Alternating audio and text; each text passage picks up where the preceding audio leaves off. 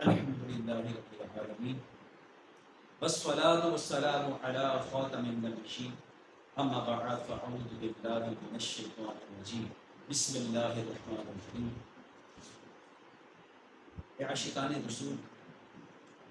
اللہ کے آخری نبی محمد عربی صلی اللہ علیہ وسلم کی محبت، اولاد، ماں باپ، رشتہ دار، دوست، مال، وطن، ان سب چیزوں کی محبت اور خود اپنی جان کی محبت سے بھی زیادہ ہونا ضروری ہے۔ وہ کیسے؟ اٹھائیے قرآن، کھولیے قرآن،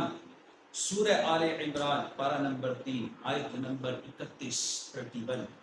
ارشاد رب العالمین ہے، قل ان کنتم تحبون اللہ، یعنی اے محبوب صلی اللہ علیہ وسلم آپ ان سے فرما دیجئے اگر تم،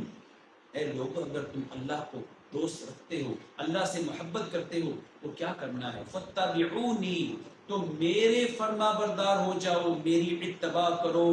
یحببکم اللہ، اللہ تمہیں دوست رکھے گا، وَيَغْفِرْ لَكُمْ ذُنُوبَكُمْ، اور تمہارے گناہ معاف فرما دے گا۔ سبحان اللہ۔ اس آیت پاک کے تحت مفسر شہید حضرت مولانا مفتی محمد احمد یار خان نعیمی رحمۃ اللہ تعالی علیہ تفسیر نعیمی میں یوں فرماتے ہیں کہ اے نبی صلی اللہ علیہ وسلم آپ ان لوگوں سے فرما دیجئے جو آپ کے وسیلے کے بغیر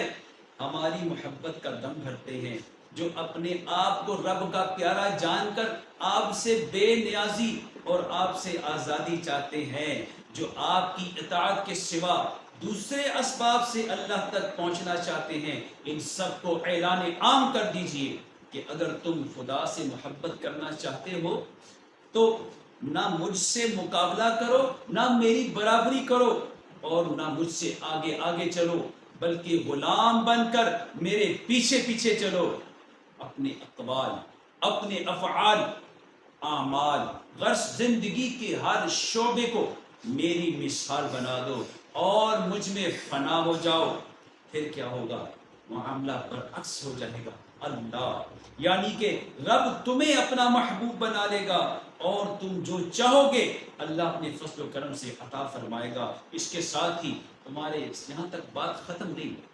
اس کے ساتھ ہی تمہارے سارے گناہ معاف ہو جائیں گے اور معاف فرما دے گا، کیونکہ اللہ بڑا غفار ارحم الراحمین ہے، اور تم اپنے آپ کو اس کی مغفرت اور اس کے لطف و کرم کا اہل بناؤ اور پھر لطف دیکھو۔ یعنی اللہ کا پیارا بننے کے لیے مصطفیٰ کریم صلی اللہ علیہ وسلم کا پیارا بننا ضروری ہے۔ مولانا حسن رضا شہنشاہ سخن برادر اعلی حضرت کیا فرماتے ہیں؟ اللہ کا محبوب بنے جو تمہیں چاہے، اللہ کا محبوب بنے جو تمہیں چاہے، اس کا تو بیان ہی نہیں جسے تم چاہو۔ اللہ سبحان اللہ، صلی اللہ علیہ